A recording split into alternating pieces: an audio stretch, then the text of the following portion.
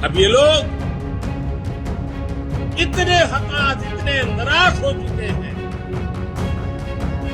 कि अब एक ही रास्ता उनको दिख रहा, एक ही उपाय दिख रहा, और वो खुल करके कहने लगे हैं, मोदी तेरी कब तक खुलेगी। पार्टी का नाम लेते ही एक ही बात दिखती है, सारी पार्टियों का दर्द देख लीजिए, परिवारवाद, वंशवाद, जातिवाद और क्षेत्रवाद का बंधक है ये सारे। 2014 भारत के लोगों ने भारत के पुनर्जागरण की नई यात्रा का शंखनाद कर दिया। जो काम दशकों तक सरकार चलाने वाले नहीं कर सके, वो काम भाजपा सरकार कैसे कर रही है, ये इन्हें पच नहीं रहा है। जब हनुमान जी को राक्षसों का सामना करना पड़ा, तो वो उतने ही कठोर भी हो गए थे। इसी तरह जब भ्रष्टाचार की बात आती है, परिवारवाद की बात आती है, कानून व्यवस्था की बात आती है,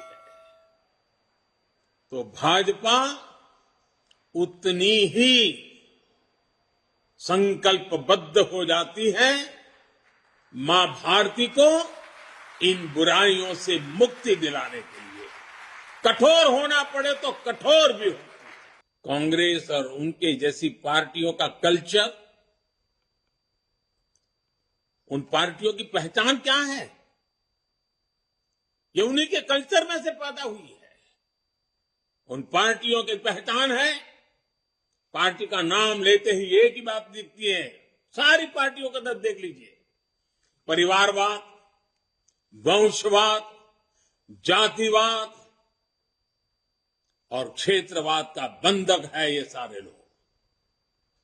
जबकि भाजपा का पॉलिटिकल कल्चर प्रत्येक देशवासी को साथ लेकर चलने का है।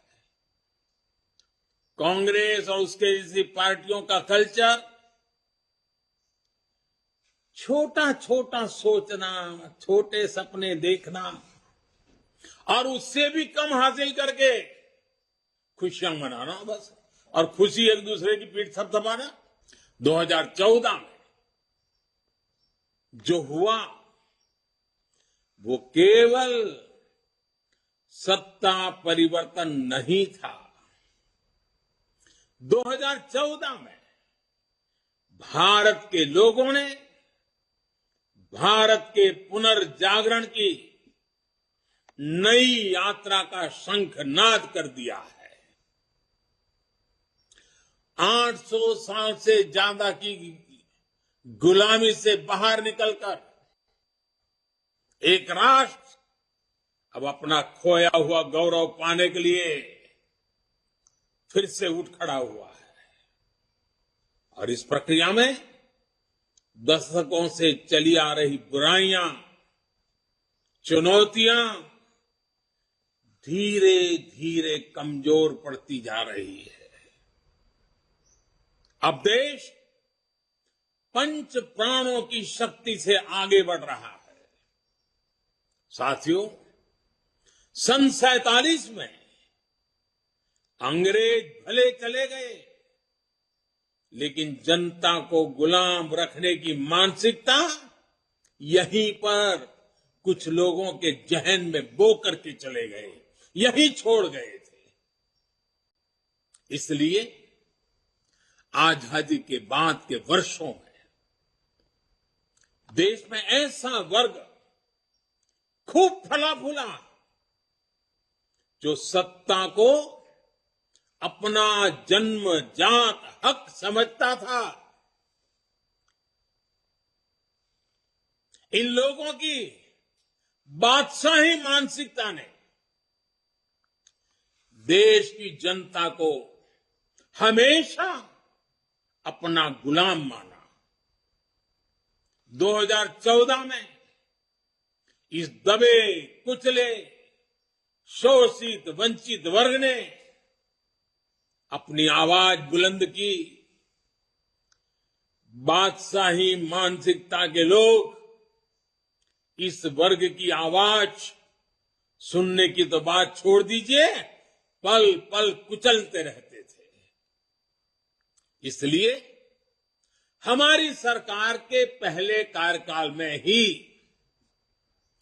बादशाही मानसिकता वाले इन लोगों ने इन शोषितों, वंचितों, दलितों, पिछड़ों कोई मौका नहीं छोड़ा उनकी मजाक उड़ाने में। हर पल उनकी मजाक उड़ाते रहे। जो काम दशकों तक सरकार चलाने वाले नहीं कर सके, वो काम भाजपा सरकार कैसे कर रही है, ये इन्हें पच नहीं रहा है। इसलिए नफरत से भरे हुए लोग आज झूठ पर झूठ, झूठ पर झूठ बोले जा रहे हैं। अपने भ्रष्ट कर्मों का खुलासा होते देख ये बेचैन है, हताशा से भर गए। इसलिए अब ये लोग इतने हताश, इतने निराश हो चुके हैं